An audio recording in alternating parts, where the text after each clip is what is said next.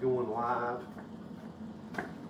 All right, folks that are tuning in the live stream, we're 3 minutes off, so I apologize for that. But I was eating French fries for those of you watching the live stream, so that was my fault for not starting on time. So it's good to see everybody tonight. If you have the prayer sheet, we will go over that. And also the notes for tonight are back there. Gotta flip back here a little bit. Take a moment to look over those. See if there's any additions or updates.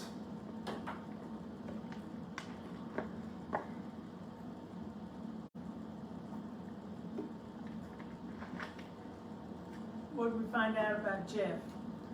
They took about a baseball size out of his arm and then several lymph nodes.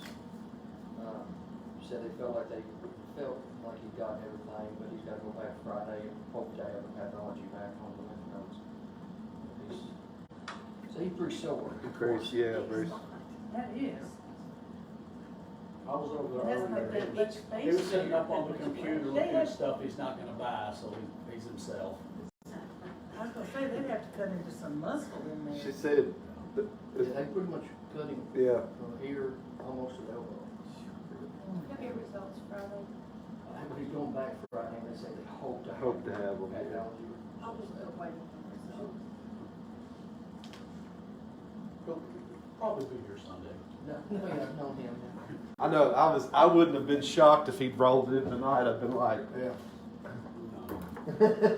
He's going to have to wear a sling for like 3 weeks. He can take it off to brush his hair and stuff like that, but for the most part, he's supposed to keep it on. So hopefully he'll behave himself. He may be listening. Behave yourself, Father. That's right. Jeff, we're praying for you, brother. We miss you tonight. Want you to feel better and recover so you can be back with us. I go next Thursday, surgery on my thumb. I went today. He says, you want the shot or surgery? Surgery. Didn't even have to hesitate.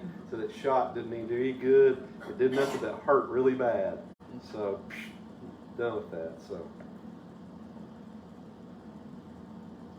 it's kind of insignificant in light of what everybody else is going through, but Still needs fixing. it needs fixing. It's aggravating and it's sore too. So it's kind of, yeah. I do use that hand a lot.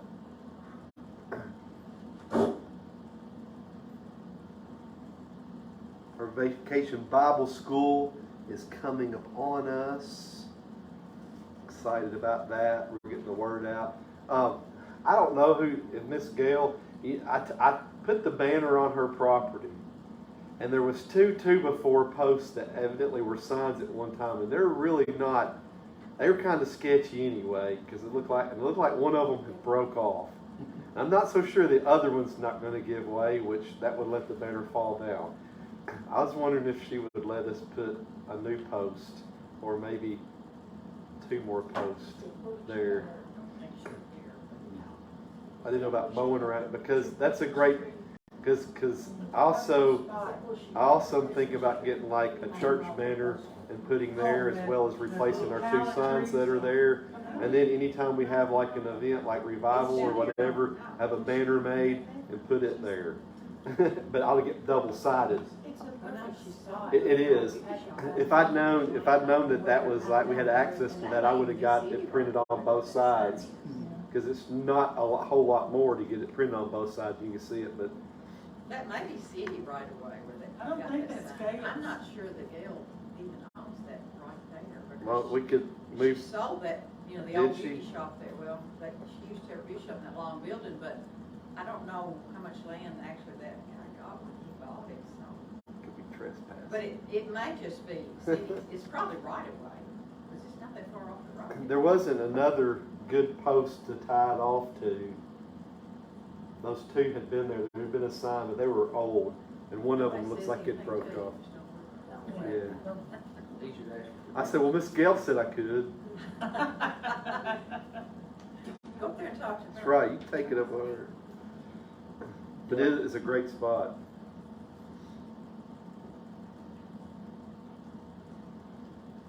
Anything else? Anybody got any updates?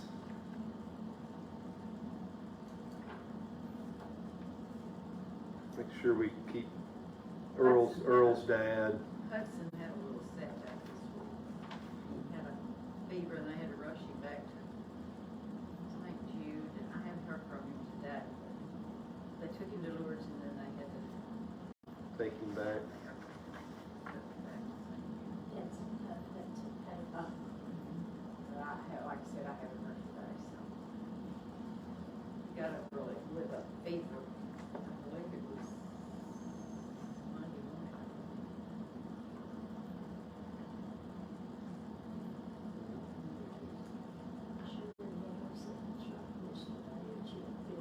Yeah, Earl's dad. Your dad? How's your dad doing this week? Not doing good. Landon's dad. He's on our continuing prayer needs section. It's hard to let go of our independence. Very. I'm like,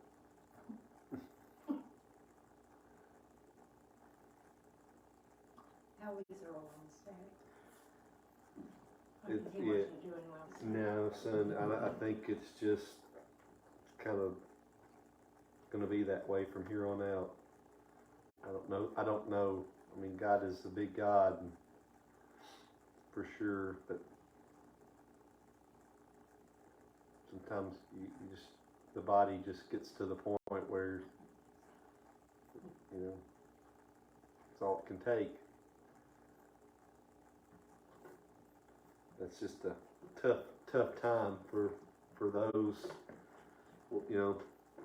your loved ones, and seeing them go through that emotionally and everything is tough.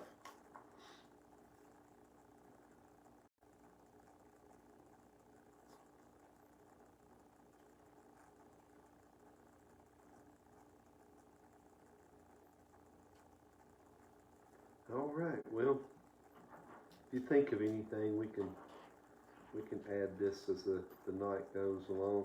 Michael, would you open us up in prayer? Father God, thank you for letting us gather here in your house, Lord, to have some fellowship time together and to study your word. God, be with those that we've lifted up to you in prayer, those on our list, those that are sick, those that have other issues going on. Be with those that we may not know about, and be with us all that are here. Help us to take something tonight from studying, and just bring us back, keep us in your will. Amen. Amen. Amen. Thank you. Well, tonight we're going to be in chapter 16 and 17, but I did want to drop back to 15, catch a couple of things that we didn't get to. We got the Song of the Sea, or the song that Moses sang after they crossed the Red Sea. We read that, and it's a great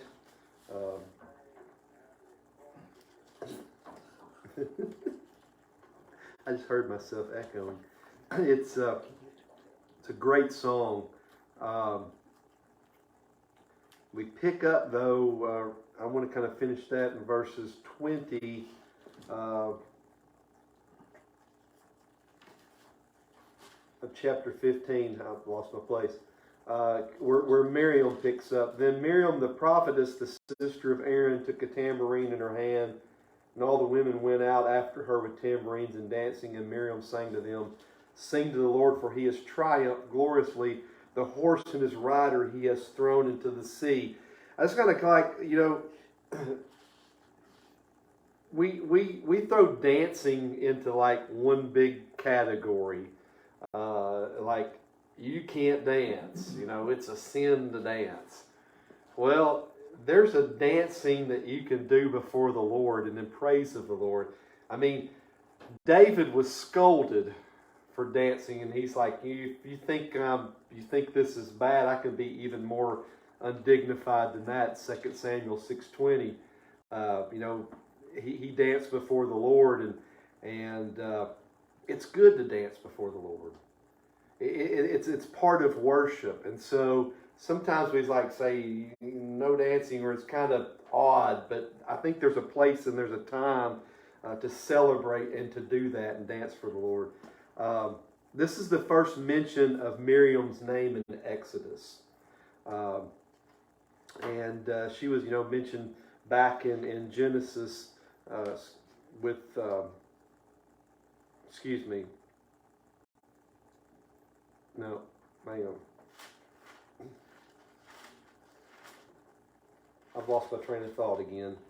My brain's scattered tonight. This is her first mention by name. She's not, let me double check that because my notes may be wrong. I'm trying to see if she was mentioned.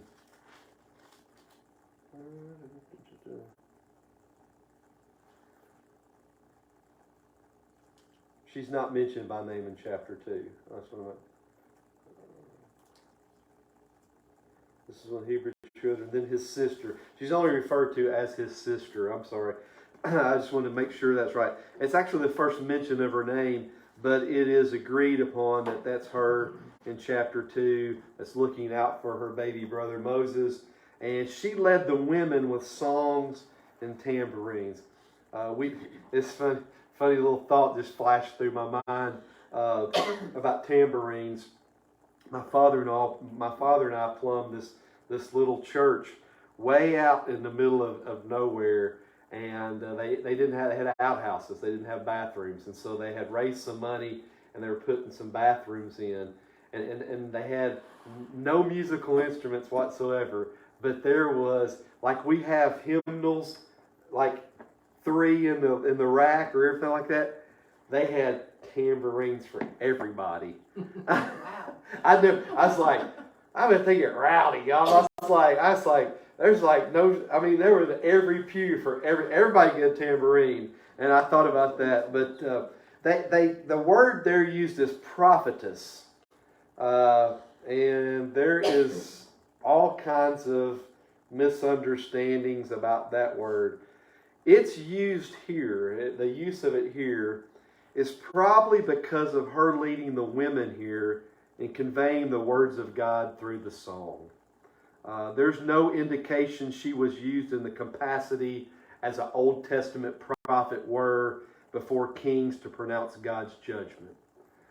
So the use of that word there is probably just in that song leading those women.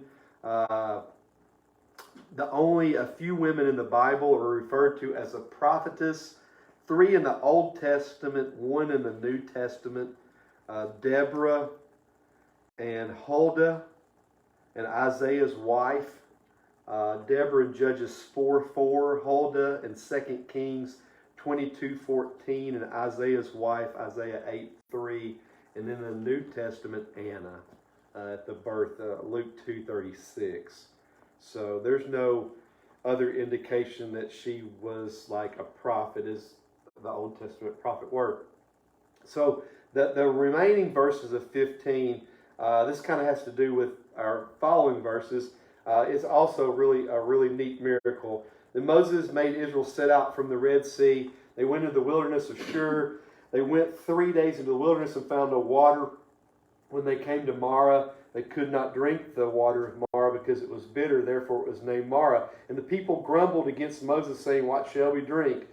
He cried to the Lord, and the Lord showed him a log, and he threw it into the water, and the water became sweet.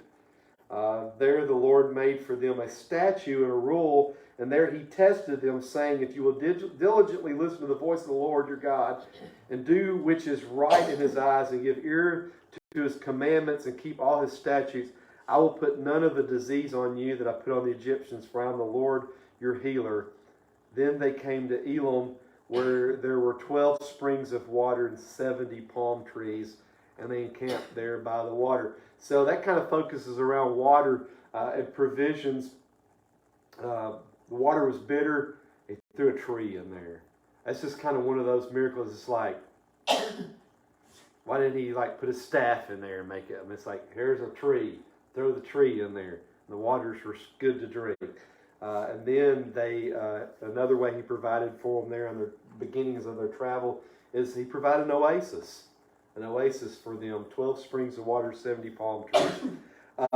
God's continuing on with the journey headed to the desert of Shur. They went without water for 3 days, and it only took those 3 days for the people to begin complaining.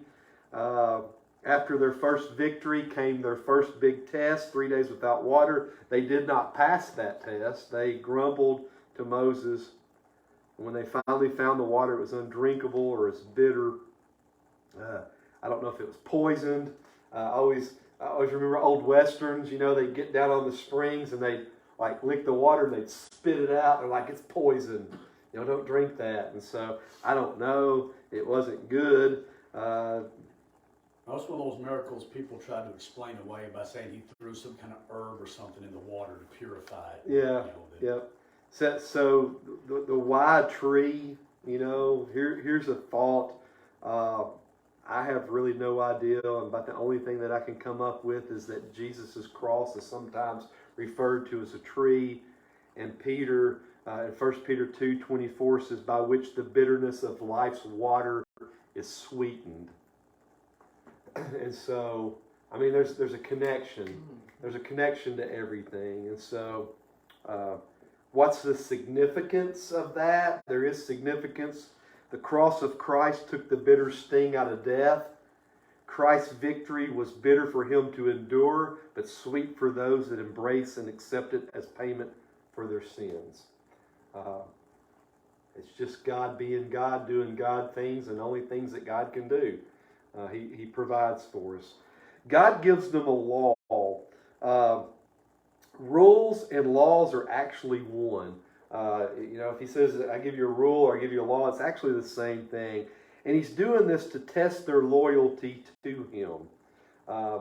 Because it says where he tested them, saying, if you will diligently listen to the voice of the Lord your God and do that which is right in his eyes and give ears to his commandments and keep all his statutes, I'll put none of the diseases on you that I put on the Egyptians, for I'm the Lord your healer. He's like, if you do this, you know, you're going to be all right. You don't have to worry about these things. And so the people traveled on to Elim, where there were 12 springs and 70 palm trees, and the people camped there. There's a significance of the number. 12 is the number of divine government, and 70 is representative of a multitude. God makes the bitter sweet. The bondage and slavery was bitter. God made freedom sweet. The water was bitter to drink. God made it sweet. God provides, which is pretty sweet. So, moving on to our next. Anybody got anything to add to that little section? I just kind of wanted to go back because I love that miracle. It's like just a few verses, but it's really kind of, it gets overshadowed in the greatness of the Red Sea and the Ten Commandments and the golden calf shenanigans, and sometimes I just kind of cruise on by that, but there's a lot of great significance in that. So the next couple of chapters I mentioned last week, if you know, like in TV shows have like series and they have a name for each episode. So if I was to kind of name these two, it'd be What's for Supper or What's on the Menu for chapter 16, and Water from a Rock and War for the next chapter 17. So if you want to look there in chapter 16, we're going to continue on their journey. Let me see. I'm going to pull up my map here. This is my good map I drew you last time. I still used it. You know, they head out to Elim. Somewhere in there are the 12 the trees and the springs and the 70 palm trees around Elim. They're not really sure. That's why there's question marks by there, but they kind of think that's the one. So they're going to set out from Elim, and all the congregation of the people of Israel came to the wilderness of Sin. That's a terrible name for a wilderness. I'm like, that's really not setting you up for success, right? Like, where are you going? Wilderness of sin.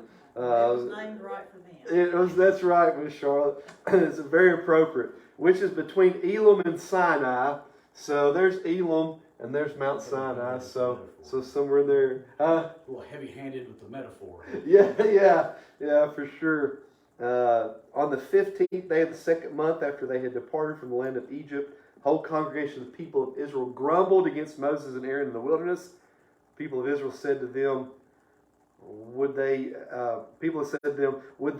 that we have died by the hand of the Lord in the land of Egypt, when we sat by the meat pots and ate bread to the full, for you have brought us out of the wilderness to kill this whole assembly with hunger. Oh my. I know, they're so dramatic. I know. They had it so good back there in Egypt. They did, didn't they? All they did was beat us and make us work and feed us. It was great. I always think, Back there. and Maybe they just complained about Jacob and Esau. If I don't get some of that bean soup, I'm going to starve to death. I'm like, really? Come on. I mean, you can't find some. I mean, it was kind of like that. I know, it's like I'm going to die if I don't get that. So they're like, we remember those days. Well, obviously you forgot them taking a whip across your back and making you, work from sun up to sundown. But Throwing your babies in the river. throwing your babies in the river, killing all them. Then the Lord said to Moses, behold, I'm about to rain bread from heaven, for you and the people shall go out and gather a day's portion every day, that I may test them. Okay, here we go. Whether they will walk in my law or not. And on the sixth day, when they prepare what they bring in, it will be twice as much as they gather daily. So Moses and Aaron said to all the people of Israel, at evening you shall know that it was the Lord who brought you out of the land of Egypt, and in the morning you shall see the glory of the Lord, because he has heard your grumbling against the Lord.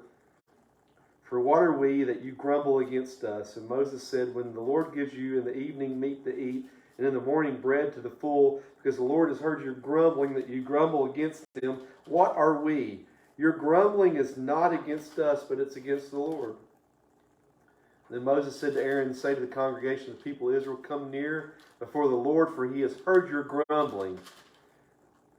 They're probably kind of at this point, they're like, it's kind of like getting called to the principal's office, per se. It's kind of like, and as soon as Aaron spoke to the whole congregation of the people of Israel, they looked toward the wilderness.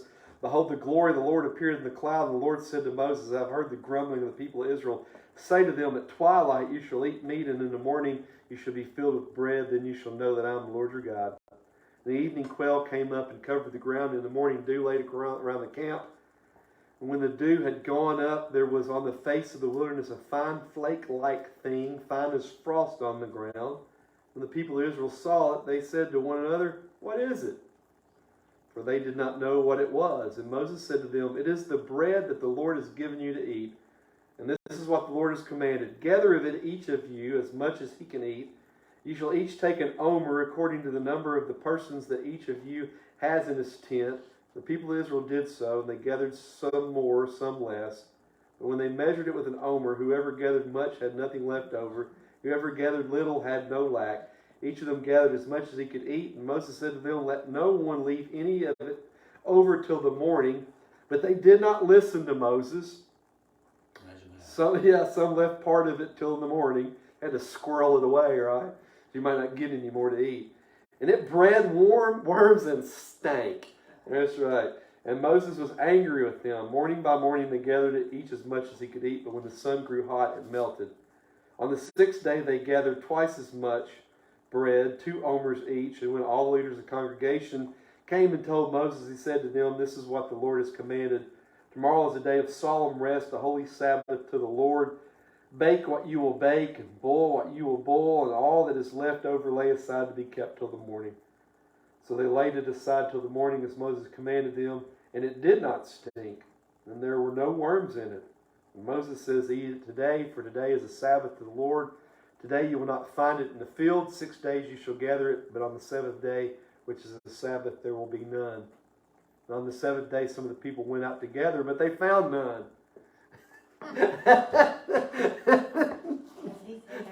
Hello.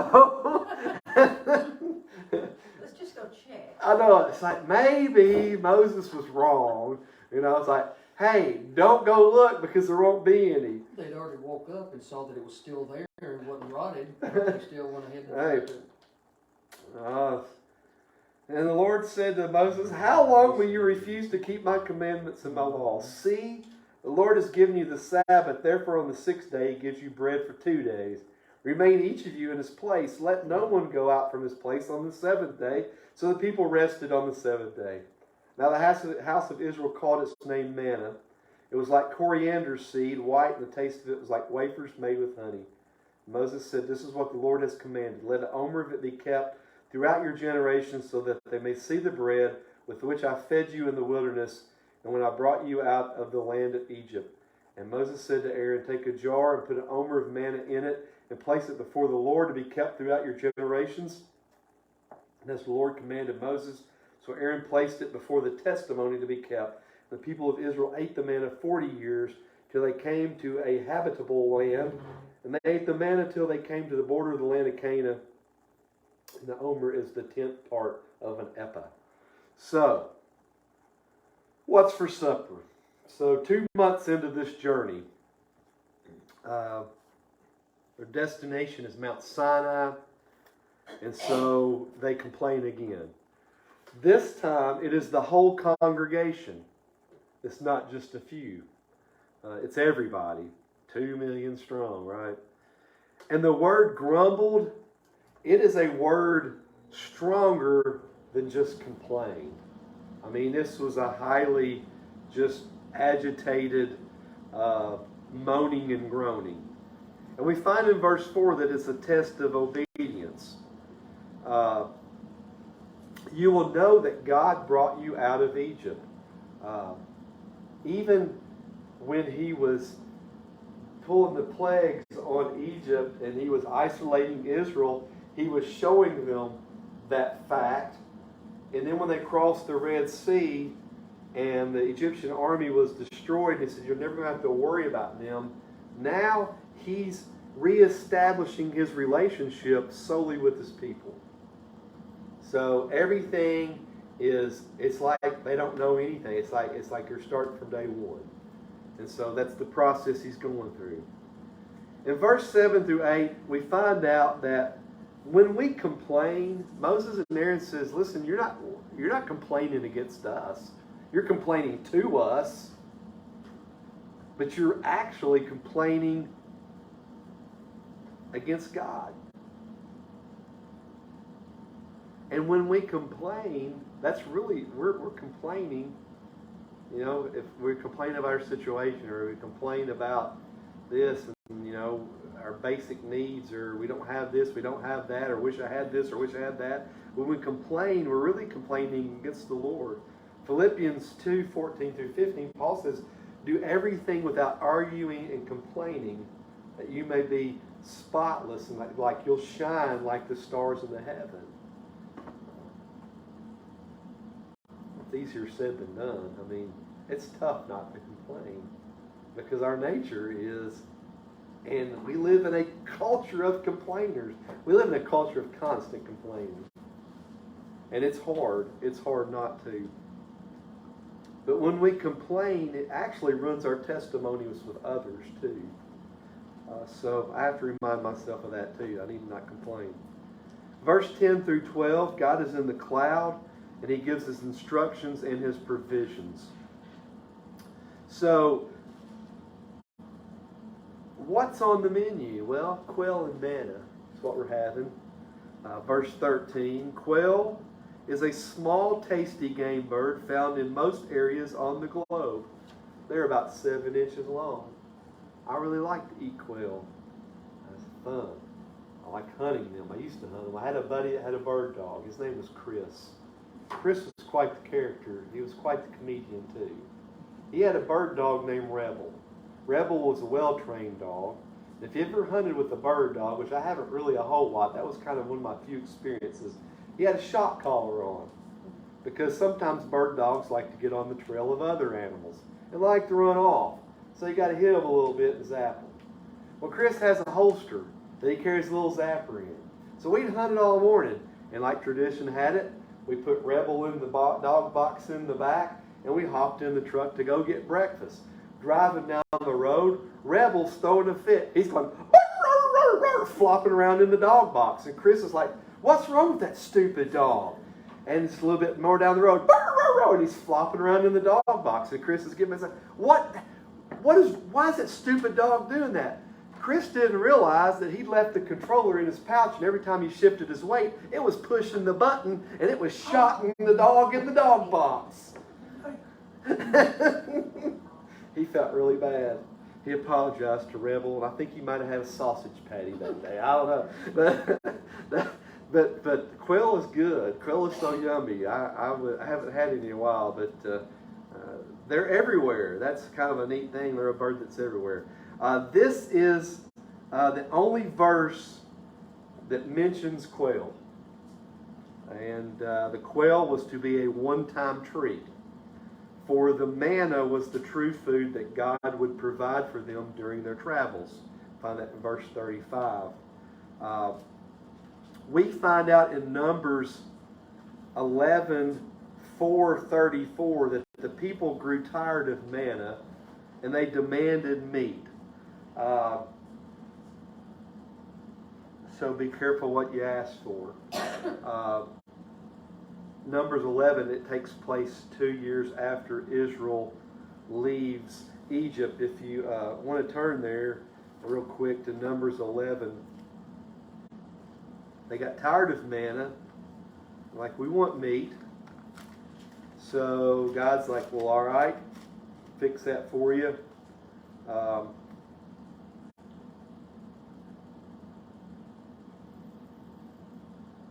And now verse 4, now the rabble that was among them had a strong craving. Rabble. They'd gone to rabble. That was your rabble now, rabble raisers, right? That was among them had a strong craving. And the people of Israel also wept again and said, oh, that we had meat to eat. This is 2 years after this. We remember the fish we ate in Egypt that cost nothing. The cucumbers, the melons, the leeks, the onions, oh, and the garlic. But now our strength is dried up, and there is nothing at all but this manna to look at. So, verse 31, that a wind from the Lord sprang up, and it brought quail from the sea, let them fall beside the camp about a day's journey on this side, day's journey on the other side around the camp, and about 2 cubits above the ground. Cubits about 18 inches. So what's that, 36? Am I right? Is that 18, about 3 foot deep of quail? Yeah. Okay. Whew, that's good math. My wife would be proud of me. And the people rose all that day and all night and all the next and gathered the quail. And those who gathered least gathered 10 homers. They spread them out for themselves all around the camp. And while the meat was yet between their teeth, before it was consumed, the anger of the Lord was kindled against the people, and the Lord struck down the people with a very great plague. yeah, it's kind of bad. So, quail was, manna was the, we if only we had meat to eat. And so 2 years later, they brought it back up again.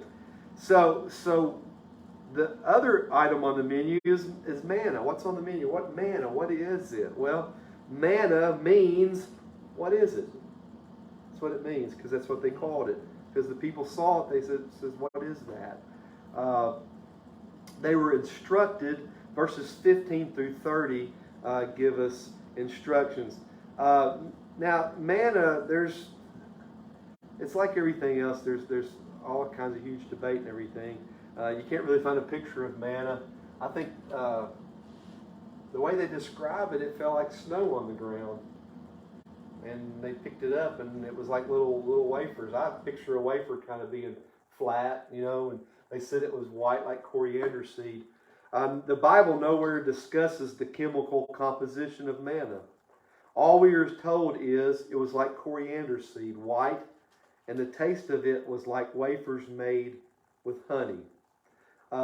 Numbers 11:17 states that manna's appearance is like bdellium or rosin, and Bdellium is a fragrant rosin produced by a number of trees related to myrrh used in perfume. Psalm 78:24 refers to manna as grain from heaven, and then the next verse calls it bread of angels. And that's really kind of all we're given a description. We're told how the Lord provided for it, but that's really kind of all we know.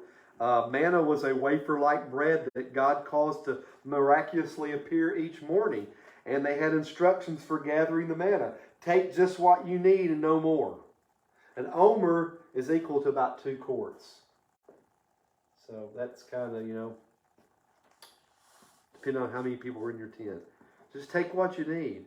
About 2 quarts per person, per family. Don't keep any of it till the next day. No leftovers. I like me some leftovers. So, but the whole point is like, you're going to have it. I'm going to give it to you again tomorrow. You don't need to hoard it. You need to trust me and depend on God for what you need each day. Some didn't listen. The manna rotted, it stank and became wormy. And then verses 23 through 26, there's rules for gathering and providing and planning for the Sabbath.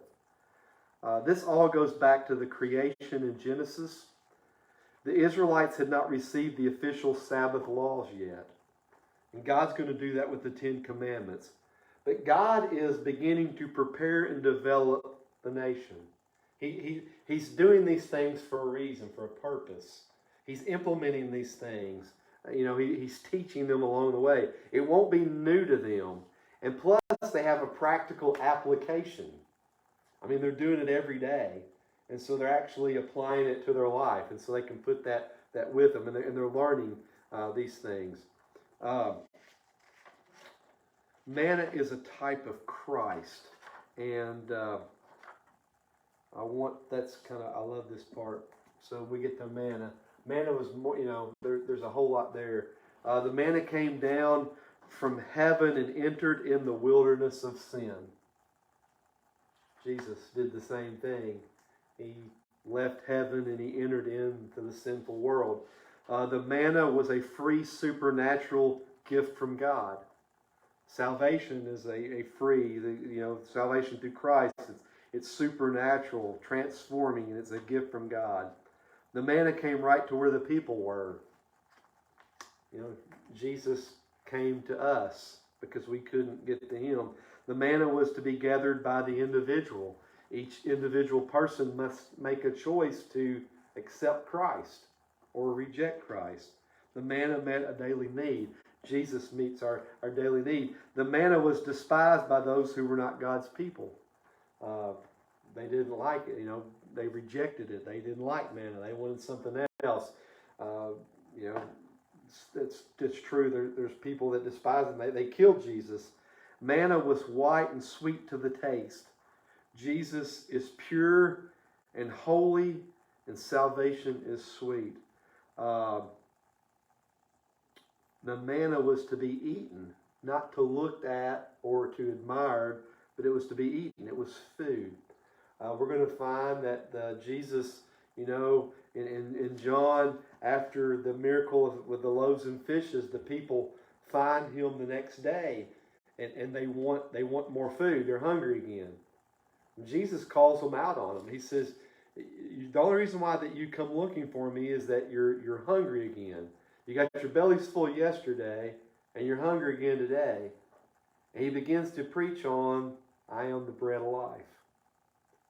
And so the manna from heaven, that was from God, and Jesus is the manna that came down from heaven. He is the bread of life. And so we find that verses 32 through 36 is a remembrance of God's provision. They were to save 2 quarts and put it into the Ark of Agreement, or the Ark of the Covenant. He said to put it in front of the testimony.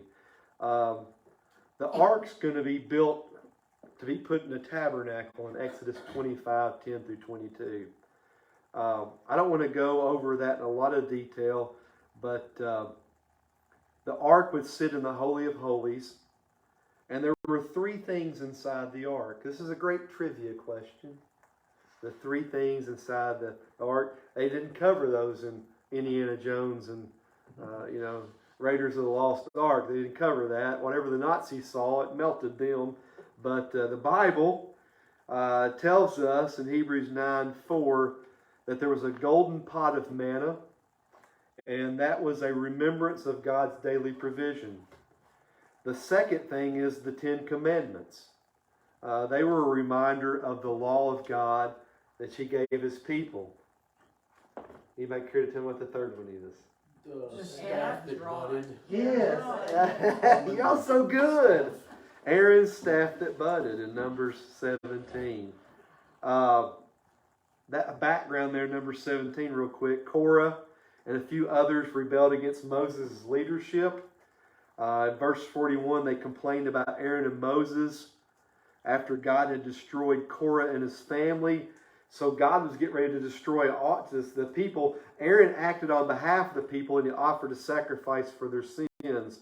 And in 17, God is going to choose a priest or a leader to stop the people from complaining. They took 12 walking sticks, one from each tribe.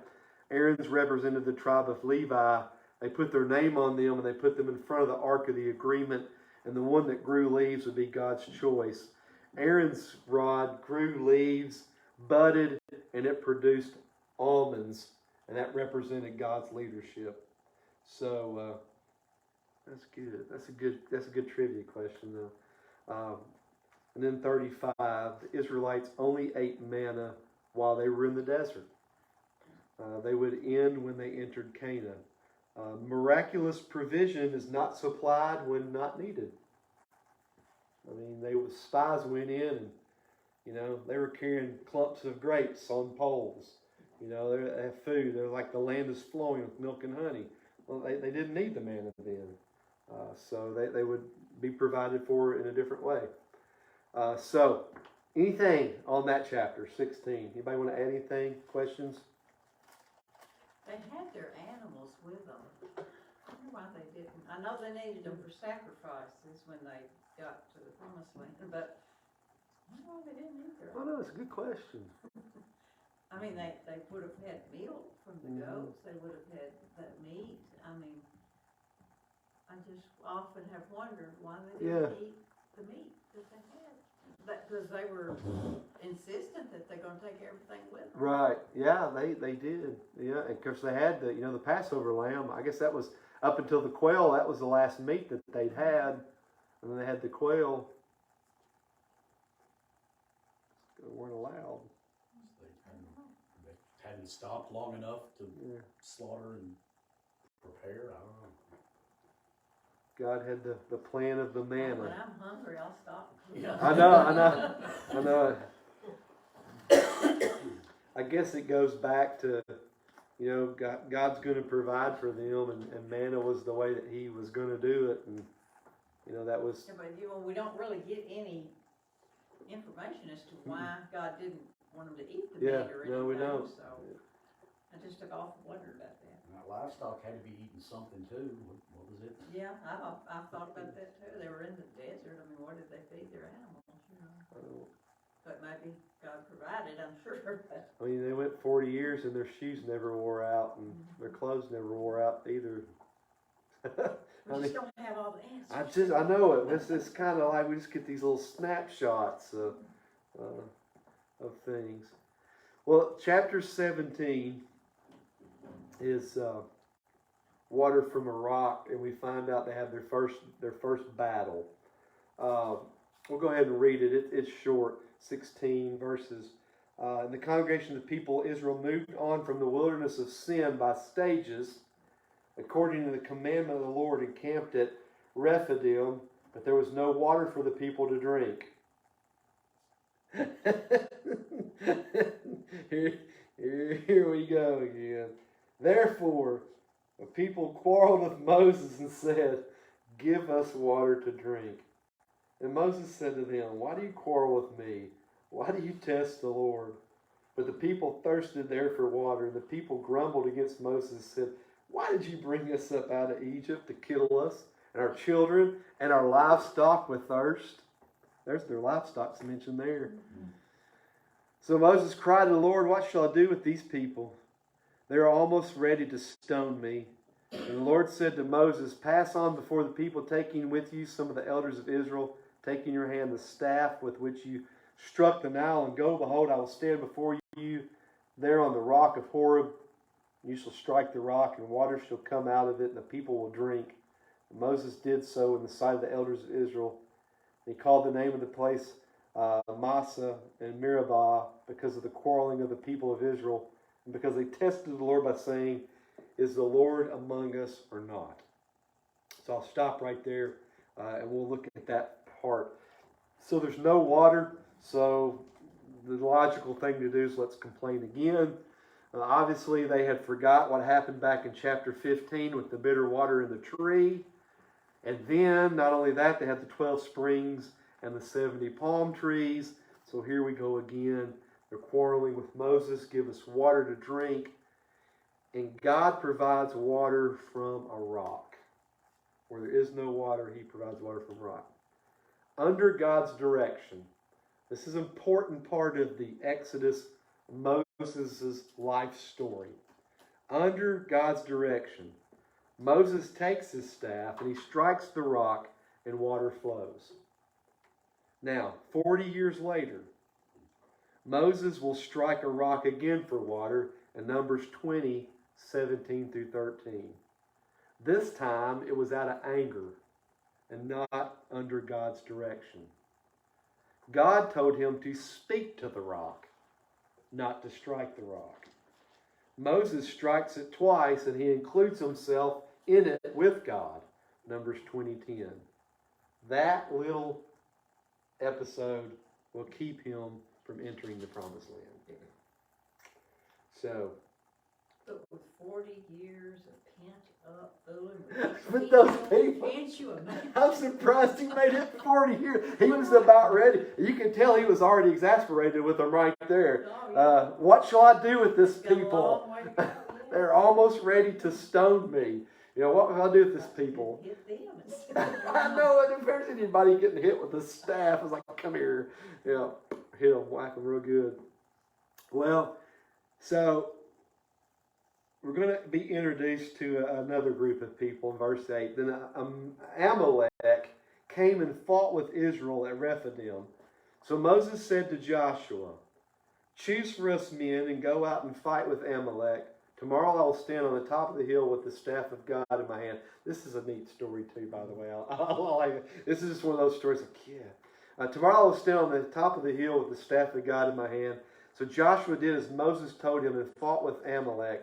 While Moses, Aaron, and Hur went up on the top of the hill. Whenever Moses held up his hand, Israel prevailed. Whenever he lowered his hand, Amalek prevailed.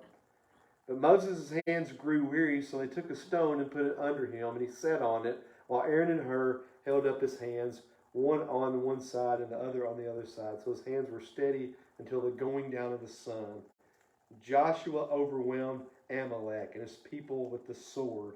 Verse 14, it's got some significance. Then the Lord said to Moses, write this as a memorial in a book and recite it in the ears of Joshua. That I will utterly blot out the memory of Amalek from under the heaven. It's really not a good thing for them. And Moses built an altar and called the name of it, the Lord is my banner, saying, a hand upon the throne of the Lord. The Lord will have war with Amalek from generation to generation. So, here we are. Who are the Amalekites? Well, the Amalekites, they are descendants of Esau. Amalek was the grandson of Esau. Genesis 36:12 is the reference there. And there had been conflict between Jacob and Esau ever since they were born. And the Amalekites were a nomadic group that lived by attacking other population groups and plundering their wealth. They had domesticated the camel, and they used it to attack others in a swift manner. And the Israelites would appear as easy prey for the Amalekites. Verse 9, this is the first mention of Joshua in the narrative. Joshua had to pull an army together in a day. Since they were not an army yet, their weapons were probably knives and short swords, maybe even some farm implements. The battle plan is this, verses 9 through 12. Moses would go up the top of the hill. He'd hold his staff up. As long as the staff was lifted up, the Israelites would win. This is God's battle. He will fight for them. Slight problem, though. His arms got tired. So when he lowered his arms, they would lose.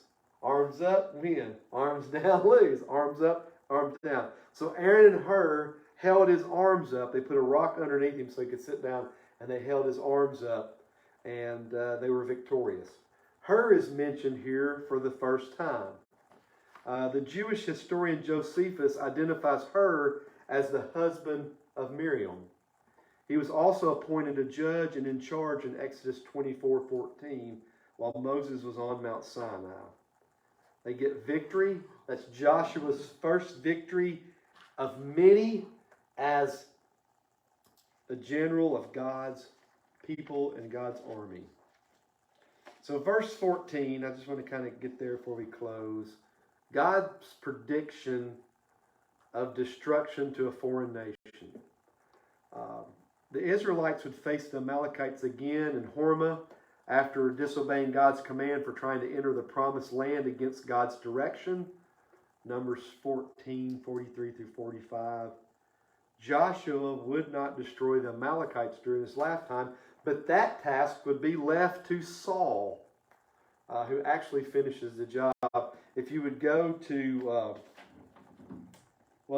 David. Saul didn't finish the job. David did because Saul was disobedient. But, where's my note?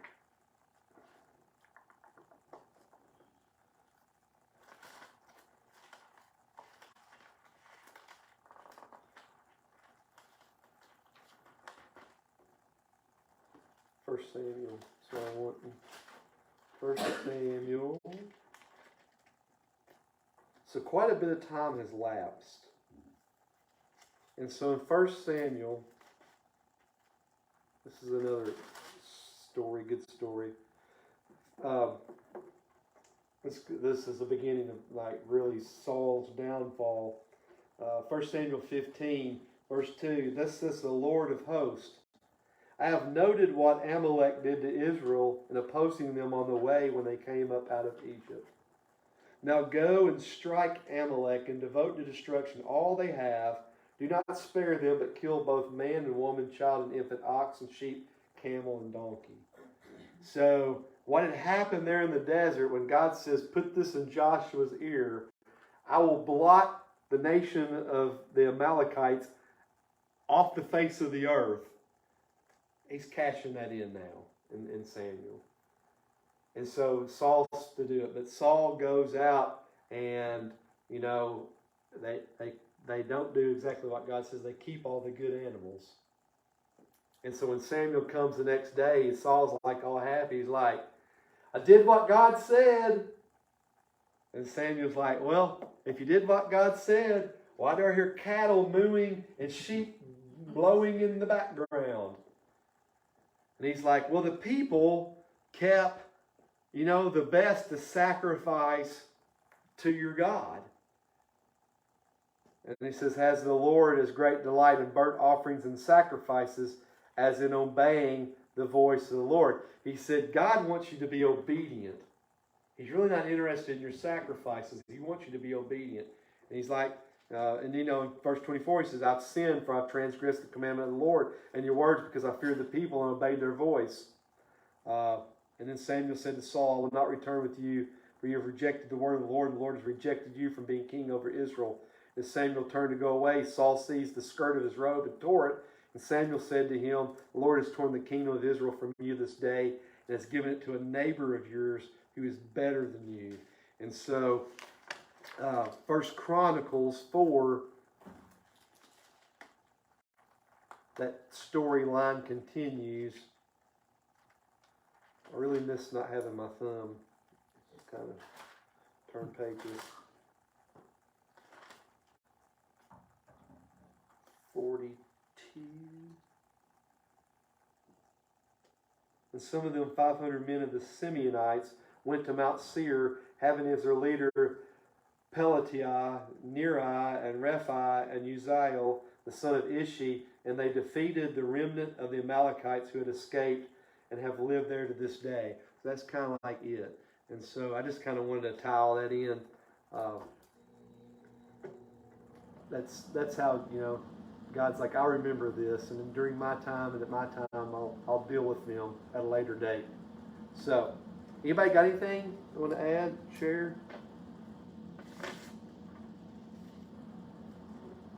enjoyed the tie-in between Jesus and Manna. I've never really contemplated that or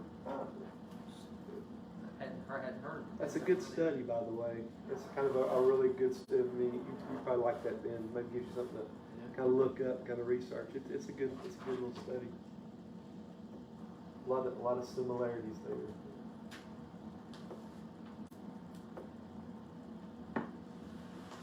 No?